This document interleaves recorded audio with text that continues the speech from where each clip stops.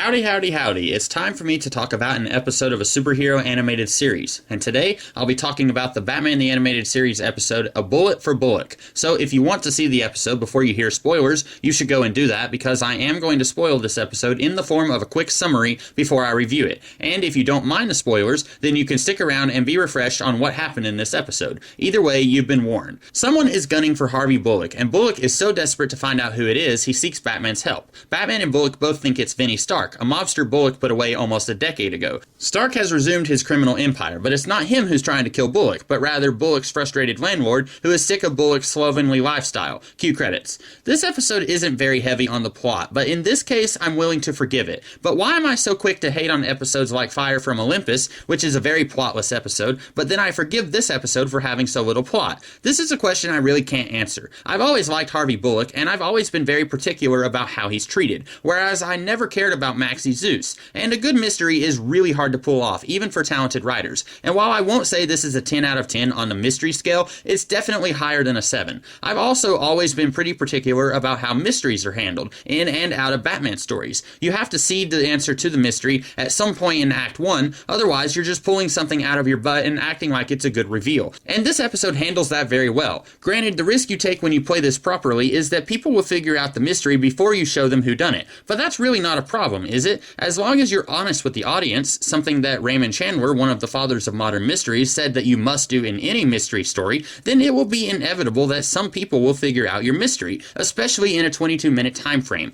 And that time frame is what keeps this series and others in the DC animated universe from being able to pull off what many would consider an excellent mystery. And I myself have been guilty of saying, well, in just 22 minutes it can only be one of two people, and if the episode is trying really hard to make you think it's that guy, then it probably isn't him. And yeah, this episode does that, sure. But like I said, some people are going to figure it out before it's time to figure it out. The only other way for this to happen would be if it was 10 times longer and had 10 times as many characters, all in an effort to confuse and disorient audiences just so that they can't figure it out. And there have been Batman stories outside of the series that have done this, and I didn't like it then either. I guess what I'm trying to say is, it's okay if the episode seems predictable in the end, because at least it's playing by the rules, which, in this case, I feel are pretty important and should not be broken. One thing that kind of bugged me about this episode is the way Batman and Bullock's relationship is treated. We already had an episode that sort of spotlighted these two way back in Vendetta. That episode sums up that Bullock and Batman are never really going to like each other, but they can at least respect that they are each respectively good people doing good. So it's a little problematic for me that this episode spends any amount of time basically reaffirming that arc that they went through in Vendetta.